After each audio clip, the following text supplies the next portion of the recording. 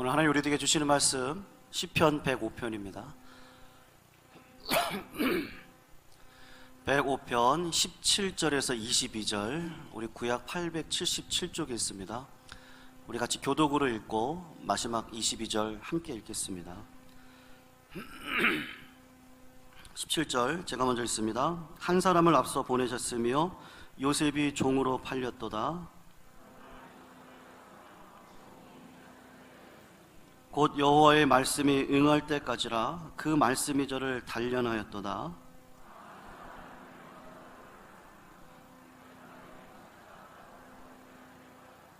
저로 그 집의 주관자로 삼아 그 모든 소유를 관리케 하고 임의로 백관을 제어하며 지혜로 장로들을 교훈하게 하였도다. 아멘. 이제는 우리나라에서 많은 분들이 보편적으로 하는 운동이 되었는데요. 골프를 좋아하시는 분들도 아마 여기 꽤 계실 것 같습니다. 저는 한 번도 골프장에 간 적이 없어서 치는 법을 잘 모르지만 미국에 있을 때 워낙 많은 사람들이 골프를 쳤기 때문에 그래도 규칙은 좀 알고 있죠. 지금도 저희 친구들이나 이제 옛날 미국 교인들이 왜 우리 목사님 골프를 안 치냐고 물어보는 사람들이 참 많았습니다. 가장 싼 운동이 미국에서는 골프인데 볼링보다 싸거든요. 하루에 한 2만 원 정도면 식사까지 다 해결되는데 왜 안 다니냐고 권했던 분들이 있는데, 시간이 너무 많이 걸리는 운동이라서 제가 아예 미국으로 유학을 갈 때 골프를 배우지 않겠다고 결심을 하고 갔었습니다. 근데 참 우리 교우들이 운동하는 걸 보니까 정말 좋다라는 생각이 들었어요. 맑은 공기 속에서 우리나라랑 좀 상황이 다르지만 서로 이야기를 하면서 다닐 수 있는 그런 좋은 운동이다. 나이가 들수록 좋은 운동이라는 생각이 됩니다. 형편 되시는 분들도 저는 골프 하시는 것도 나쁘지 않다고 생각이 듭니다. 원래 근데 골프는 부자들이 하는 운동이 아니라 양떼를 몰고 다니던 목동들이 심심할 때 했던 놀이에서 유래가 되었습니다. 양들을 풀어놓고 넓은 초원에서 자기들이 양들을 지키는 그 지팡이를 가지고 골프치처럼 들판에 있는 돌멩이를 쳐서 그 토끼굴 속에, 조그만 토끼굴 속에 꼬링을 시키는 것으로 골프가 시작이 되었죠. 그리고 나중에는 이제 가장 멀리 하늘로 날려보내는 그것으로 골프를 경기의 규칙을 정하게 되었습니다. 골프를 치는 분들이 공을 향해서 하늘로 날려서 멀리 보내는 것이 처음에 시작이었기 때문에 골프의 용어도 전부 다 하늘을 나는 그 새와 연결이 되어 있습니다. 보통 저보다 더 잘하시는 분들이 있겠지만 골프는 규정타를 5번 정도 우리가 이야기를 하죠. 그래서 이 5번을 넘으면, 그래서 홀컵에 들어가기까지 5번을 넘게 치면 이제 페널티를 주는 것이고, 5번보다 한 개를 적게 쳐서 점수를 얻으면 그것을 버디라고 부릅니다. 근데 그 버디가 바로 세인 버디의 약자죠. 그리고 2개를 적게 치면 이글이라고 부릅니다. 그 이글이 하늘을 나는 독수리입니다. 그리고 3개를 적게 치는, 정말 골퍼들의 꿈이죠. 2번을 쳐서 그 홀컵에 집어넣는 것을 알바트로스라고 그렇게 부릅니다. 그리고 마지막에 이제 홀인원, 한 번에 넣는 것을 홀인원이라고 하죠. 제가 있던 교회도 집사님 한 분이 홀인원을 해서, 홀인원하면 그 골프장에서 패를 줍니다. 증명이 되면 주변 사람들이 홀인원했다고 증거를 해주면, 그래서 이렇게 집에다 모셔놓은 것을 볼 수가 있는데, 사실 제가 그 텍사스에 있을 때 최경주 선수가 거기 살기 때문에 권사님이시거든요. 교회, 그 감리교회. 저랑 한번 식사를 할 기회가 있어서 물어본 적이 있어요. 가장 그 기분 좋을 때가 언제냐 했더니 홀인원 할 때가 아니라 그러더라고요. 알바트로스를 할 때가 정말 가장 기분이 좋다라고 이렇게 말씀하신 적이 있습니다. 골퍼들의 꿈이 홀인원이지만 그것보다 더하기 힘든 것이 알바트로스라고 사람들이 그렇게 이야기를 하죠. 이 수많은 골퍼들의 가슴을 환상에 적게 하는 알바트로스는 원래 가장 멀리 날고 가장 높이 나는 새의 이름입니다. 우리 한번 사진 한번 볼까요? 날개를 쫙 펴면 그 날개의 길이가 적으면 2m, 길면은 한 3m 정도 되는 그런 새의 이름이 알바트로스입니다. 지금은 이게 거의 멸종 위기에 이르러서요, 일본의 그 도리섬이라는 그 자그마한 섬에 그쪽에서만 몇 마리가 번식을 하고 있습니다. 그래서 굉장히 지금 세계적으로 이 조류를 보호하는, 이 알바트로스를 보호하는 그런 희귀종으로 분류가 되고 있습니다. 그런데 이 알바트로스가 저렇게 큰 날개를 가지고 날 수 있을 때까지 자라는 게 쉽지를 않습니다. 왜냐하면 알바트로스는 바닷물 위에다가 알을 낳습니다. 이 알이 바다 위를 떠다니게 돼요. 그러면 그 바닷물 속에 함께 있는 표범상어들이 이 알을 잡아먹습니다. 그러니까 표범상어가 이 알을 낳기만을 기다리고 있다가 재빠르게 알이 나오면 잡아먹는 거죠. 그리고 이 알바트로스가 다행히 그 안에서 깨어나가지고 새끼새가 나와도 이 상어들에 의해서 많이 잡아먹힙니다. 그래서 10마리 중에 뭐 1마리 정도 살아남기가 어려운 것이 알바트로스의 운명이죠. 근데 구사일생으로 정말 열심히 날개짓을 배워가지고 이 상어의 이빨에서 살아남는 그런 알바트로스는 상어에게 살아남기 위해서 너무나 열심히 비행을 했기 때문에 튼튼하고 강한 날개와 함께 멋진 비행술로 세상에서 가장 멀리 날고 높이 나는 새가 됩니다. 한 번 이 알바트로스가 날면 6일 동안 3,200km를 쉬지 않고 날을 수 있다고 그렇게 이야기를 하죠. 이런 의미에서 이 알바트로스는 자신은 살기 위해서 그저 열심히 날아다니는 것뿐인데, 날개 운동을 한 것뿐인데 나중에 보니까 자기가 가장 멀리 나는 새가 됐다라는 겁니다. 또 이 알바트로스를 잡아먹었던 죽음의 공포를 주는 표범상어들은 자기들은 그저 먹고 살기 위해서 알바트로스를 잡아먹었는데 나중에 보니까 자기가 이 알바트로스 새를 훈련시키는, 비행훈련을 시키는 선생님, 교관이 된 것입니다. 제가 이걸 보면서 우리의 인생에도 하나님께서 훈련을 시키시는 과정이 반드시 있습니다. 우리가 읽은 본문에 보면 사실 이게 정확하게 보려면 여러분 창세기 39장 전체를 집에 가서 꼭 읽어보셔야 됩니다. 너무 길어서 제가 그것을 요약한 시편 105편의 말씀으로 여러분에게 본문을 읽게 했는데 사실은 창세기 39장 전체를 말씀하는 거죠. 지금 우리가 읽었던 17절, 105편 17절에 보면 요셉은 자신을 종으로 팔렸고 나는 감옥에 갇혔다라고 그렇게 생각을 했습니다. 근데 하나님께서는 그것을 어떻게 표현하고 있냐면 내가 요셉 그 한 사람을 이집트 땅의 사람들을 구원하기 위해서 미리 보낸 것이다라고 이야기를 합니다. 물론 미리 보내는 방법이 요셉이 원한 방법은 아니었습니다.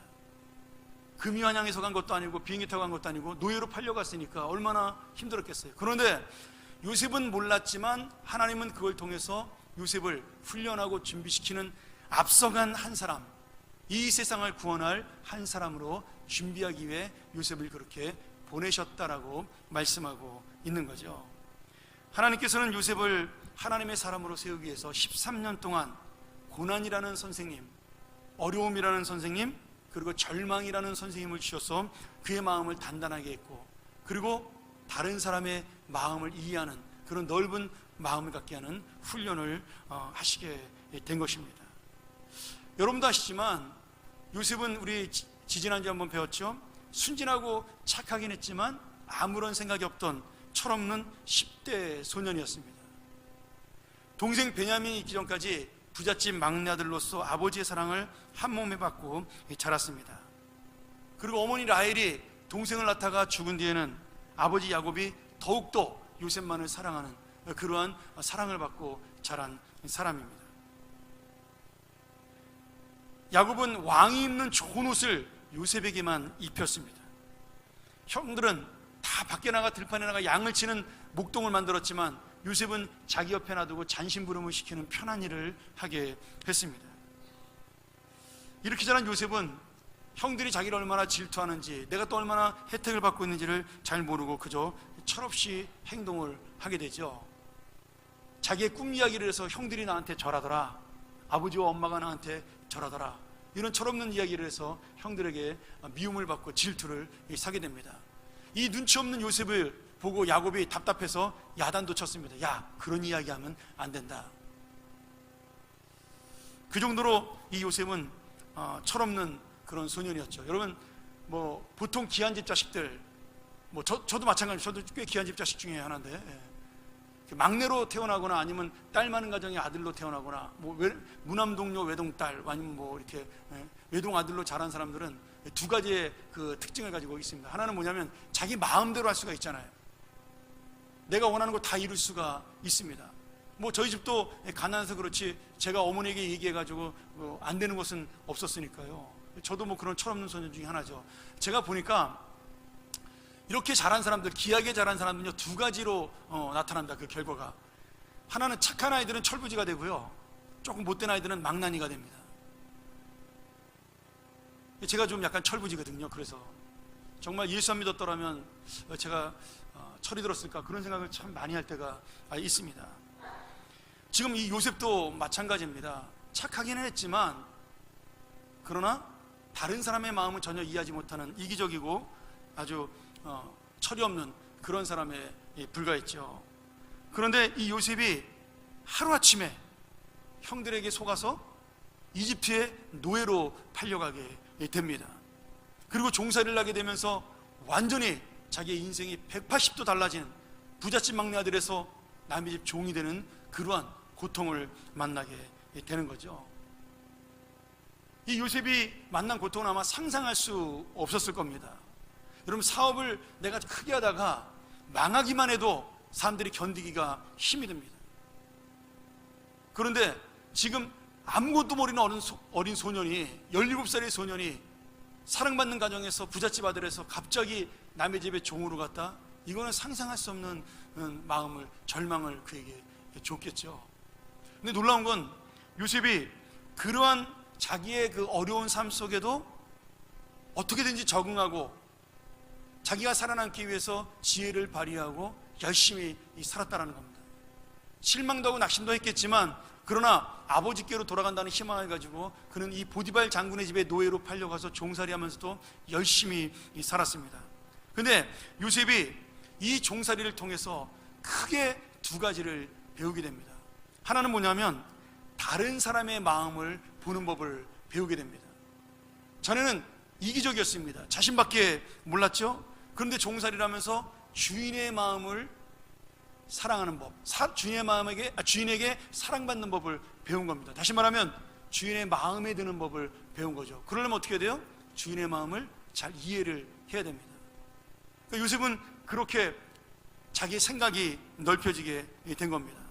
또 하나는 함께 노예 생활하는 사람들의 마음을 이해하게 되었습니다. 전에 자신만 생각했던 철부지에서 이제는 주변 사람들을 바라보는 마음을 가진 청년으로 자라게 된 것이죠. 보디발 장군도 요셉의 이런 좋은 싹수를 인정했습니다. 그래서 비록 그가 20대의 젊은 나이지만 집안 전체를 돌보는 집사, 다시 말하면 매니저로 임명을 하게 됐죠. 요셉은 그래서 이 두 번째 매니저의 경험을 통해서 많은 것을 배우게 됩니다. 사람을 다루는 훈련을 배우고요, 경제에 대한 훈련을 받습니다. 그 가정살림, 보디발 장군은 이집트의 국방장관이거나 아니면 그 왕의 경호대장이었기 때문에 굉장히 큰 재산을 가지고 수많은 사람들을 종으로 부리고 살았을 겁니다. 그 집안 전체의 살림을 맡아 다스리면서 그는 사람을 다루는 법과 경제적으로 어떻게 하는 것이 효과적인가에 대한 그런 훈련들을 이 매니저를 통해서 배우게 된 거죠. 아마 나중에 이집트 전체를 다스리는 총리가 되었을 때도 국가 경제를 책임지고 그 신하들을 관리하는 역할을 맡게 된 것에 대해서 아마 이때의 경험이 큰 도움이 되었을 것이라고 확신합니다. 그렇게 열심히 살았지만 요셉은 또 한 번의 좌절을 겪게 됩니다. 보디발 장군이 집을 떠났을 때 이 보디발 장군의 아내가 외로워서 요셉을, 잘생긴 청년 요셉을 유혹하게 됩니다.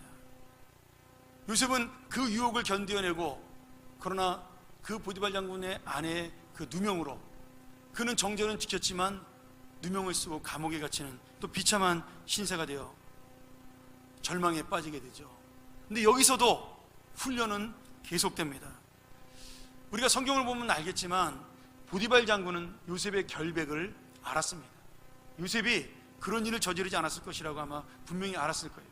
왜냐하면 그 종살이 하는 사람이니까 죽이면 끝납니다. 그 정도로 죄를 저질렀으면 죽여야죠. 근데 죽이지 않고 일반 감옥이 아닌 왕의 감옥, 다시 말하면 왕에게 반역죄를 저지른 신하들이 갇히는 감옥에, 지하 감옥에 그를 가두었습니다. 이것은 뭐냐면 자신들의 치부, 다시 말하면 자기 집안에 안 좋은 일이 밖으로 소문이 빠져나가지 않도록 보디발 장군이 막은 거죠. 그리고 요셉을 억울하니까 죽이지 못해서 그를 감옥에 가두어 놓은 것입니다. 자, 이 감옥은 이집트의 정치범들을 가둬놓는 감옥이었어요. 죄수도 대부분 다 지식이 많은 정치가고 귀족이고 관료들이었습니다. 요셉이 나중에 친하게 지냈던 술 맡은 간원장과 떡 맡은 간원장은 지금으로 보면 대통령 비서실장이나 정무수석 정도로 볼 수 있는 그러한 사람들입니다. 왜냐하면 이 떡 맡은 간원장, 술 맡은 간원장이 뭐 하는 사람이냐면 왕에게 음식이 올 때 그 음식에 독이 들었나 독이 들지 않았나를 확인하기 위해서 먼저 맛을 보는 사람을 이야기를 하는 겁니다. 그럼 여러분, 이 음식 맛을 보기 위해서 어떤 사람을 썼겠어요? 자기가 가장 믿는 측근, 그러니까 최소한 대통령 비서실장 정도 되는 사람이 그런 일을 감당을 하는 거죠. 우리가 잘 아는 대로 느헤미야 총독이 그 페르시아 나라에서 그 관리를 있을 때 바로 그 직업이 뭐냐면 술 맡은 간원장이었습니다. 그러니 느헤미야도 원래는 이스라엘 사람이지만 이 페르시아의 굉장히 높은 장관급의 사람이라고 볼 수가 있는 거죠. 그러니 왕하고 친하니까 왕에게 부탁을 해서 이스라엘로 돌아갈 수 있는 그런 많은 또 사람들과 재물을 가지고 갈 수 있는 그런 허락을 받게 된 것입니다. 그러니 지금 요셉이 만나는 사람들은 다 뭐 하는 사람들이에요? 높은 관리들, 지금 이집트의 그 운명을 한 손에 쥐고 흔들었던 그런 사람들이 다 갇혀있는 그런 감옥이었다는 사실이죠. 자, 우리 한번 생각을 해볼까요? 지금 상상력을 발휘해 보시기 바랍니다. 요셉이 어린 나이에 감옥에 들어왔어요. 20대가 들어올 수 있는 감옥이 아니잖아요. 노회한 정치가들이 들어오는 감옥에 지금 이 어린 청년이 들어왔습니다. 이 사람들이 그 일을 보고 뭐라고 생각했을까요? 쟤는 뭐냐? 왜 들어왔냐? 누구 집 자식이냐? 아마 관심들이 쏠렸을 겁니다.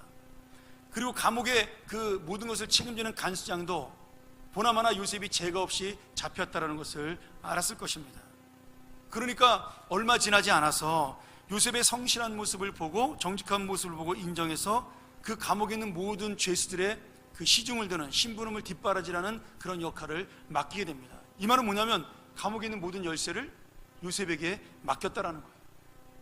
서로 좋은 거죠. 자기는 귀찮은 일 안 하고 요셉을 시켜가지고 청소시키고 그 사람들이 시중 들게 하고. 왜냐하면 다 높은 사람들이 갇혀 있으니까 만약에 그 사람들이 풀려나서 다시 복직을 하게 되면 자기가 잘못했으면 그 간수 정도의 뭐 정말 생명줄이가 금방 떨어지는 거 아니겠어요? 그러니 잘해야 되는데 어려운 사람들인데 그 어려운 사람들의 비위를 요셉이 맞춰주기 시작을 한 겁니다. 그렇게 요셉이 죄수들과 함께하면서 친하게 지냈는데요, 이 죄수들이 요셉을 보니까 똑똑합니다. 얘가 괜찮아요. 이야기를 해보니까 뭐 속된 말로 싹수도 있고 얘가 지혜롭고 총명합니다. 성경에 그런 내용은 나오지 않지만 한번 생각을 해보세요. 이 정치범들이 감옥에 갇혀서 보나마나 높은 사람들은 일도 안 했을 것이고 하루 종일 감옥에 앉아 책이나 보든지 뭐 그 당시에 책도 많지 않았을 테니까 이야기를 하는 것으로 세월을 보냈을 겁니다. 그러면 감옥에 새로운 사람이 왔으니 이 사람들이 얼마나 재밌겠어요. 너는 왜 왔냐 물어보기 시작하면서 요셉과 친해지면서 아마 이집트의 정치, 경제, 지리, 역사, 문화 이런 것들을 감옥에서 요셉에게 가르쳐줬을 거예요. 내가 옛날에 뭐 하던 사람인데 오면서 쭉 내가 이러이러한 일을 했어. 그 사람들의 과거 경력을 이야기하는 것 자체가 바로 그들의 정치를 배우는 겁니다. 그러니까 요셉은 하나님의 지혜까지 가지고 있죠. 거기에 이런 놀라운 학문을 배우니까 정말 뛰어난 사람이 된 겁니다. 나중에는요, 요셉이 어떻게 됐어요? 그 정치범들의 꿈과 그리고 미래를 상담해주는 상담자의 역할을 감당하게 될 정도로 요셉이 성장을 하게 됩니다.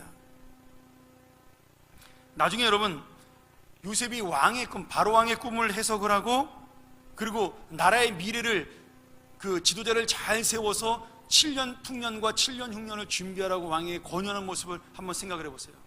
성경에는 그렇게 막 자세한 얘기가 나오지 않지만 한 나라의 운명을 결정짓는 그런 이야기를 지금 왕과 한 그 30살 먹은 소년이 지금 하고 있습니다. 청년이죠. 그러면 여러분, 이집트의 바로왕이면 그 당시에 이집트는 중동 지역을 전체를 다스리는 위대한 국가였어요. 그런 왕이 아니 꿈 얘기 잘한다고, 꿈 해석 잘한다고 덜커덕 자기의 그 옥새인 인장 반지를 빼가지고 총리를 맡기나요? 그런 왕은 세상에 없습니다. 아마 요셉과 그 꿈 이야기를 하고 나라의 정세에 대한 이야기를 쭉 이야기를 하면서 요셉의 이야기를 쫙 들어보니까 얘가 딱 준비가 되어 있는 청년인 거예요. 정치에 대해서도 이 사회에 대해서도 한눈에 꿰뚫고 있는 안목을 가지고 있는 청년이라는 것을 발견하게 된 겁니다. 그러니 자기의 반지를 빼서, 그 도장이죠, 쉽게 말하면 요셉에게 주면서, 야, 내가 가진 것은 왕의 자리뿐이다. 나의 모든 권력은 다 네 것이야. 네가 마음대로 하려라. 이렇게 요셉을 총리를 시키게 되는 겁니다.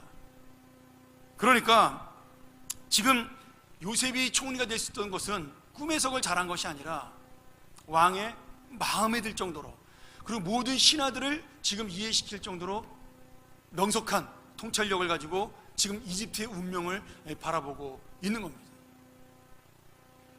요셉은 13년 동안 종살이하고 감옥살이 하면서 자신은 너무나 억울한 고난의 인생을 살았다라고 생각을 했습니다.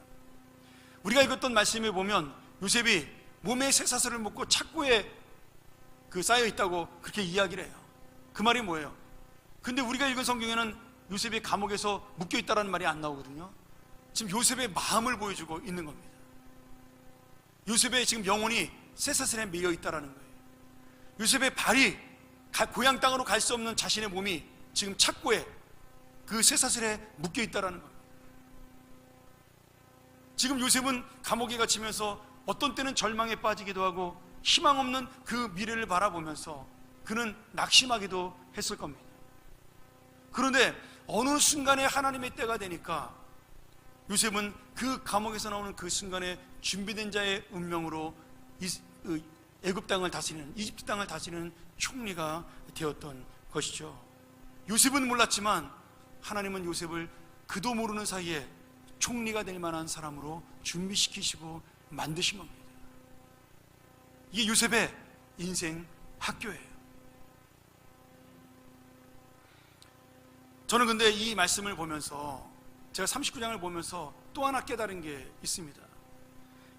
요셉이 총리가 된 지식과 지혜보다 더 중요한 믿음의 성숙을 볼 수가 있는데요, 바로 하나님의 마음, 하나님의 뜻을 아는 성숙입니다.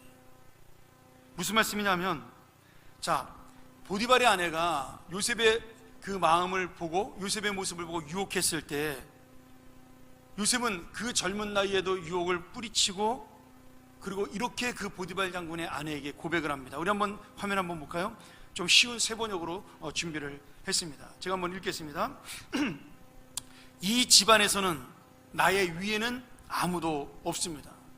이 보디발 장군이 제일 높은 사람으로 삼아준 거죠, 그 집에. 나의 주인 보디발께서 나의 마음대로 하지 못하게 한 것은 딱 한 가지밖에 없는데 그것이 바로 당신입니다. 마님은 주인 어른의 부인이시기 때문에 내가 내 마음대로 할 수가 없습니다. 그런데 내가 어찌 이런 나쁜 일을 저질러서 하나님을 거역하는 죄를 지을 수 있겠습니까? 이렇게 고백을 해요. 여러분, 요셉이 지금 바라보는 게 누구예요? 그 노예 생활 속에서 하나님을 바라봤다라는 거예요. 주인의 마음과 다른 사람의 마음을 이해하는 것으로 끝나지 아니하고 하나님을 믿는 마음으로, 하나님 나에게 이 자리에서 원하시는 것이 무엇인가를 그 중심에 바라보는 믿음의 성숙을 가지고 온 것입니다. 하나님을 언제나 의식하고 살아가는 요셉의 모습, 이것이야말로 진정으로 하나님의 사람으로 준비된 자의 모습이죠. 요셉은 이 마음을 가졌기 때문에, 이 하나님의 마음을 알았기 때문에 나중에 형들을 용서하고 함께 화목하고 화해할 수 있는 가정으로 돌아갈 수가 있었습니다.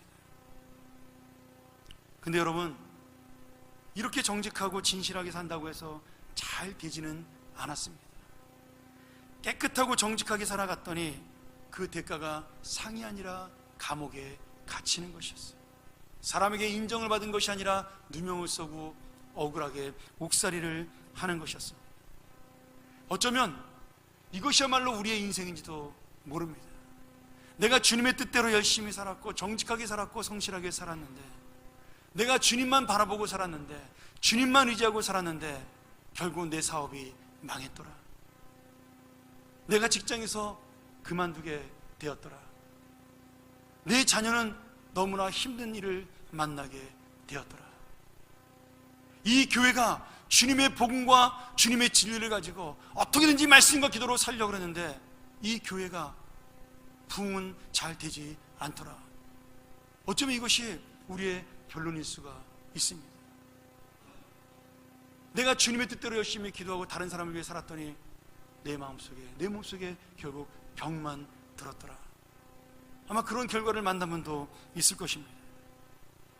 나는 열심히 최선을 다했는데 망했습니다. 지금 실패했다라고 사람들이 이야기를 할 수도 있습니다. 너무나 답답하고 너무나 화가 나고 화를 넘어서 절망에 빠질 수밖에 없을 정도입니다. 내가 어떻게 해야 됩니까? 이것이 바로 요셉의 모습이었어요. 근데 여러분, 하나님에게 있어 실패는요 끝이 아닙니다. 과정입니다. 우리 그리스도인들은 결과보다 이 프로세싱 과정이 더 중요합니다.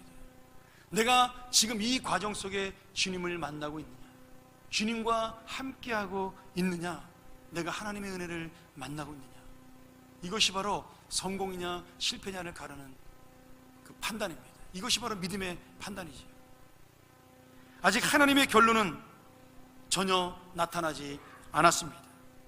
요셉이 감옥에 간 것은 실패가 아니라 더 좋은 학교에 들어간 겁니다. 저는 보디발 대학에서 경영학과 심리학을 배웠다면 이제는 애굽의 감옥이라는 대학에 들어가서 정치학과 역사 그리고 법학을 배우기 위해 그 이집트 감옥대학원에 들어간 겁니다. 아직 요셉의 인생은 끝난 것이 아니죠. 우리 큰딸아이가 처음에 대학교 입학했을 때 기숙사에 살았습니다. 차가 없어서 주말마다 제가 그 아이를 토요일날 아침에 데리러 갔죠. 근데 그 기숙사 같은 방에 저희 교회 청년아이가 집사님 딸이 같이 기숙을 하게 되었습니다. 그래서 두 아이를 제가 데리고 집으로 돌아오는 중에 제가 물어봤어요. 야, 너네 두 사람 고등학교가 좋냐 대학교가 좋냐? 그랬더니 두 아이가 동시에 대답하는 거예요. 목사님, 고등학교가 훨씬 좋아요. 우리나라랑 반대죠. 우리나라 고등학생들에게 물어보면 빨리 대학 가고 싶어 할 거 아니겠어요. 근데 미국은 좀 다르더라고요. 왜 그럴까요? 왜 고등학교가 훨씬 더 좋을까요? 대학교 갔더니요 공부를 죽어라고 시키는 겁니다. 고등학교 때는 3시만 되면 집에 와가지고 마음대로 놀았는데, 숙제만 하면 아무것도 안 해도 됐는데, 대학교 들어갔더니 매일 시험을 보고 매일 숙제가 있고 매일 공부를 해야 되는 겁니다. 여러분, 올라갈수록 힘든 겁니다. 초등학교 때는요 중학교 되기를 그렇게 원합니다. 높은 학교 올라가는 걸 좋아하잖아요. 근데 올라갈수록 고생입니다. 고등학교 올라가면 더 고생이죠. 대학교 들어가면 뭐 시간은 좀 있지만 우리나라 아이들 취직하느라고 얼마나 지금 애를 쓰고 힘이 들어요. 그런데 학교 졸업하고 직장 다니면 여러분 편하던가요? 가장 부러운 사람이 누구예요? 학생입니다. 가장 행복한 사람이 누구예요? 학생이에요. 제가 지금도 제 인생에 가장 행복했던 2년간을 꼽으라 그런다면 미국에서 유학할 때입니다. 그때는요 아무것도 안 하고 공부만 하면 되는 겁니다. 교회에서 보내주는 장학금 받아가지고 정말 공부만 열심히 하면 교회도 걱정 안 해도 되고요, 사람 걱정 안 해도 되고요. 뭐 우리 애들 좀 적응하는 게 좀 처음에 1-2달 힘들었지만 딱 2달 지나고 나니까 그냥 모든 것이 다 편해지더라고요. 세상에 그렇게 편한 생활이 없어요. 저는 지금도 공부만 10년 20년 하라면 하겠어요. 누가 돈만 대주면. 세상에 그렇게 편한 삶이 없습니다. 시험 때만 고생하면 돼요. 가장 마음이 편하고 가장 행복할 때는 학교 다니는 학생입니다. 오늘 여러분, 하나님의 수준이 높아질수록, 신앙이 성숙될수록 그 인생은 어려워져야 정상인 거예요. 하나님의 많은 생각을 할 수 있어야 정상입니다. 결혼하면 여러분 더 편하던가요? 아닙니다. 나 혼자만 걱정하다 두 사람 걱정해야 되잖아요. 아니 이제는 우리 친가와 처가까지 걱정을 해야 되잖아요. 여러분 결혼 전에는요 솔직히 친가 처가 생각도 안 하잖아요. 친가도 생각 안 합니다. 명절 때 누가 친가에 찾아가서 인사하고 그런 거 총각이 생각합니까? 그냥 놀기 바쁘죠, 친구들이랑. 결혼했더니요 친가도 가야 되고 처가도 가야 돼요. 저 이번 금요일날도 고민입니다. 어디 먼저 가야 되는지. 그렇잖아요. 그런데 밖으로 보면 나이가 들수록 더 좋아지는 것처럼 보여요. 왜 그렇습니까? 받아들이는 마음이 달라지기 때문입니다. 내가 학교를 졸업하고 직장 들어가면 그 직장이 내 인생에 보람이 있기 때문에 힘들어도 행복한 겁니다. 스트레스 받아서 머리가 빠지고 흰머리가 돼도 그래도 그것 때문에 내 가정이 살고 내 자녀가 살고 내가 이 사회에서 인정받을 수 있으니까, 보람이 있으니까 그것이 행복한 겁니다. 힘들지 않아서가 아니라 힘들어도 내 마음이 달라졌기에 행복한 거죠. 그럼 결혼 생활하면 뭐가 좋아요? 뭐가 행복합니까? 자유도 억압되고요, 늦게 집에도 못 들어가고요, 애들 때문에 고민해야 되고 걱정이 10배로 늘어납니다. 근데 왜 행복해요? 그 아이를 통해 보람을 느끼고 그 가정을 통해 기쁨을 얻기 때문입니다. 아무것도 달라진 게 없어요. 마음이 달라진 겁니다. 더 힘들고 더 어렵습니다. 더 돈 많이 들어가고요, 살면 살수록 건강은 나빠지고 나이가 들수록 힘들고. 그런데 믿음이 좋은 사람은요, 힘들면 힘들수록 더 마음에 기쁨과 감사와 행복이 넘쳐나야 정상입니다. 오늘 여러분, 어떻게 보면 가장 행복한 사람은요, 주님 앞에 가장 근접한 우리 연세 드신 어른들일 수 있어요. 인생 내가 다 살고 이제는 오직 주님 만날 날만 기다리고 있다. 이것만큼 행복한 일이 어디 있겠어요? 몸이 좀 아파도 조금만 참으면 돼. 힘들어도 체력이 딸려도 조금만 참으면 돼. 내가 주님 앞에만 가면 나는 부활이다. 얼마나 행복합니까? 그런데 바꿔 생각해 보세요. 아이고, 난 나이가 들었더니 몸이 너무 아파. 이거 뭐 점점점 애들이 커가니까 돈 더 들어가. 이런 식으로 생각을 하면요, 날마다 불행한 겁니다. 오늘 요셉의 인생학교는 아직 끝나지 않았습니다. 졸업하기 위해서는 더 기다려야 됩니다. 지금도 힘들고 어렵고 언제 이 고난이 끝날지 알 수 없지만 요셉은 그것을 졸업하는 날 이 종살이가 실패가 아니었고 감옥살이가 망하는 것이 아니었다는 사실을 깨닫게 되고 감사의 고백을 하게 됩니다. 요셉이 자기 아들의 이름을 그렇게 에브라임과 므낫세라고 짓는 이유가 과거와 미래를 고백하는 신앙이 담겨져 있는 이름입니다. 제가 나중에 그건 또 말씀으로 우리 은혜를 받도록 하죠. 우리 인생도 마찬가지죠. 지금은 고통처럼 보이고 실패처럼 보이지만 이것이 하나님의 뜻을 이루는 한 사람을 세우는, 나를 하나님의 사람으로 세우기 위한 한 과정으로 우리가 믿을 수 있습니다. 하나님은 내가 어려워도 함께 하시고, 내가 기뻐도 함께 하시고, 내가 힘들어도 함께 하시고, 내가 출세할 때도 성공할 때도 함께 하시고, 언제나 하나님은 변함없이 함께 하시기 때문에 내 인생은 날마다 성공인 겁니다. 바봇의 알바트로스 얘기를 한 번만 더 하죠. 이 알바트로스가 몸집이 크고 뒤뚱거리면서 걷습니다. 나중에 한번 동영상으로 인터넷으로 보세요. 유튜브 같은 데 많이 나오거든요. 그러면 날개가 3m가 넘으니까 이 날개를 주체를 못해가지고 얘가 중심을 못 잡습니다. 그게 막 넘어지고 그래요. 그래서 일본 사람들은 이 알바트로스를 별명을 바보새라고 부릅니다. 날지 못하는 바보새. 그런데 말이죠, 어느 폭풍우가 치는 날 모든 새들은 그 바람이 무서워서 다 숲속으로 들어가 숨어버리고, 그리고 모든 짐승이 다 도망가 버렸을 때 이 바보새만 이 폭풍우를 뚫고 절벽으로 다가갑니다. 그리고 바람이 거세고 거칠게 불어치는 그 파도와 바람을 향하여 절벽에서 이 바보새는 뛰어내립니다. 그리고 그 폭풍을 뚫고 바람을 타고 그는 하늘 꼭대기까지 올라가, 그때부터 세상에서 가장 높이 나는 새, 가장 멀리 나는 새가 되는 겁니다. 이 바보새는 이렇게 이 폭풍의 바람을 타고 나르면서 6일 동안 3200km를 쉬지 않고 날아간다라고 그렇게 이야기합니다. 이 바보새가, 알바트로스가 한 번도 쉬지 않고 먼 거리를 날 수 있는 이유가 뭐예요? 자신의 힘이 아닌 바람의 힘으로 비행을 하기 때문입니다. 다른 새는 바람이 불면 그 바람이 무서워 숨지만 이 알바트로스는 그 바람이 불면 그 바람을 타고 이용해서 더 멀리 더 높이 날아가는 거죠. 그래서 알바트로스의 별명이 뭐예요?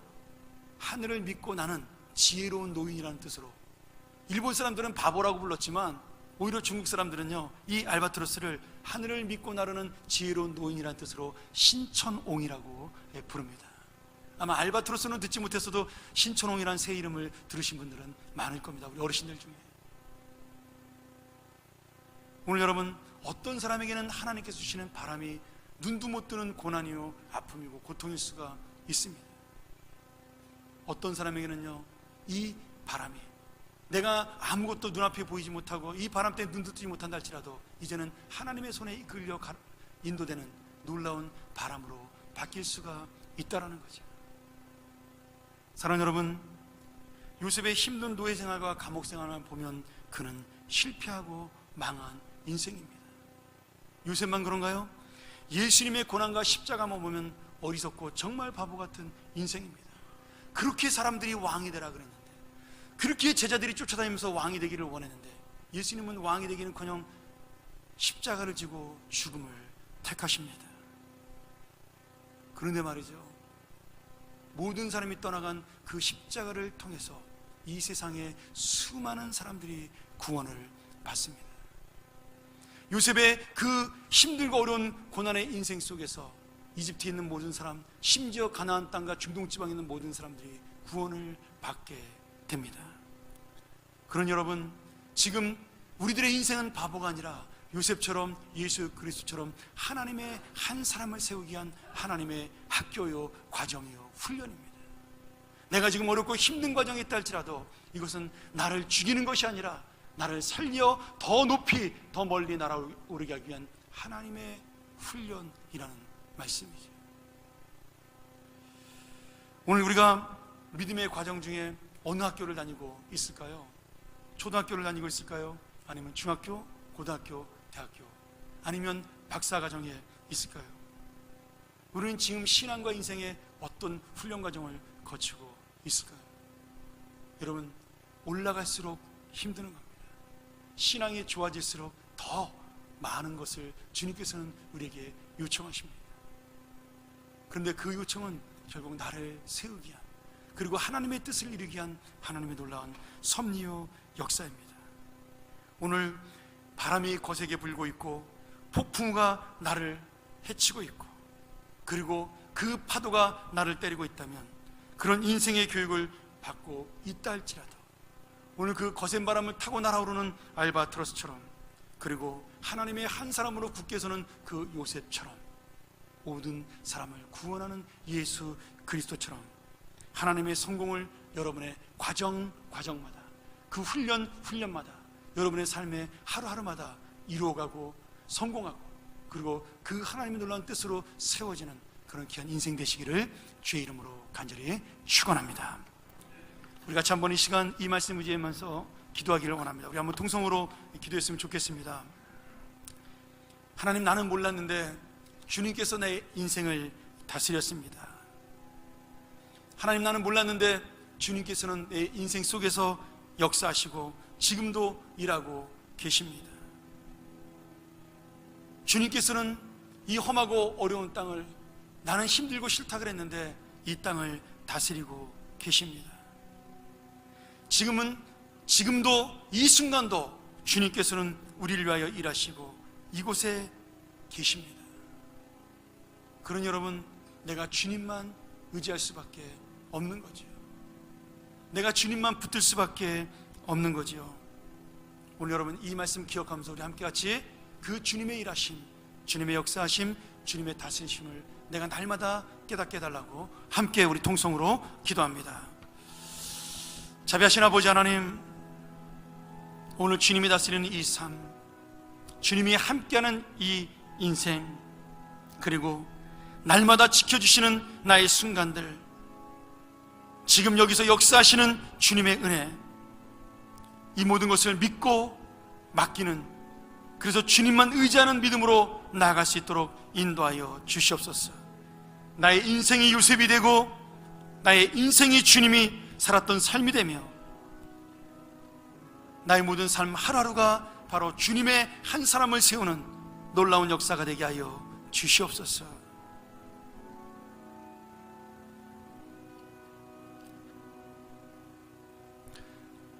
하나님 아버지, 감사합니다.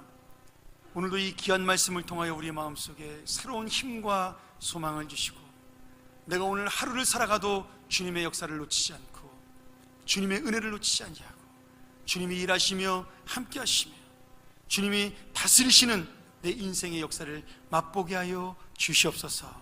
하나님이 한 사람을 세우는 이 놀라운 은혜, 내가 바로 그 한 사람임을 깨닫게 하여 주시옵소서. 예수님의 이름으로 간절히 기도하옵나이다. 아멘.